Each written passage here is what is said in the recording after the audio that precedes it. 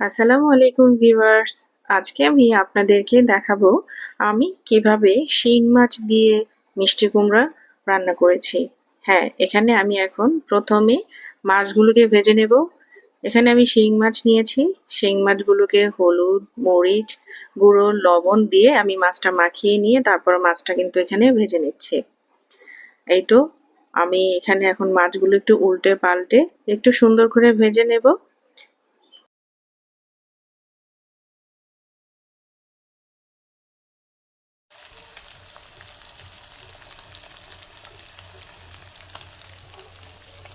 মাছগুলো আমার ভালো করে ভাজা হয়ে গিয়েছে। এখন আমি মাছগুলোকে নামিয়ে নেব।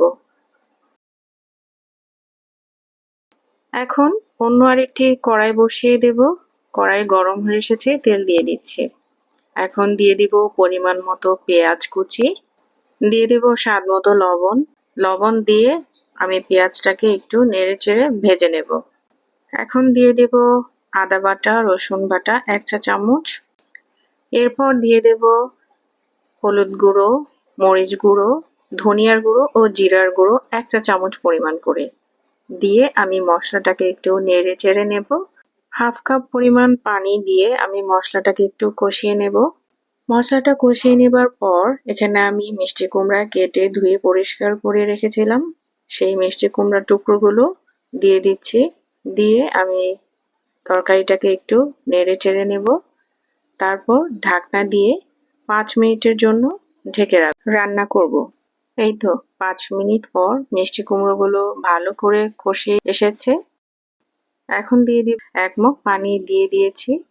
উপকরণগুলো ভালো করে যেন সেদ্ধ হয়ে যায়।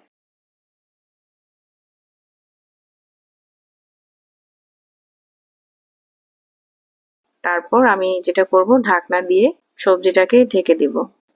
আবারও 5 মিনিট ঢেকে রান্না করার পর তরকারিটা যখন এখানে দেখব ফুটে এসেছে, মানে সেদ্ধ হয়ে এসেছে প্রায়, তখন আমি ভাজা মাছগুলো মানে শিং মাছগুলো এখানে দিয়ে দেব। মাছগুলো দেবার পর আমি ঢাকনা দিয়ে আরও 3 মিনিট রান্না করে নেব।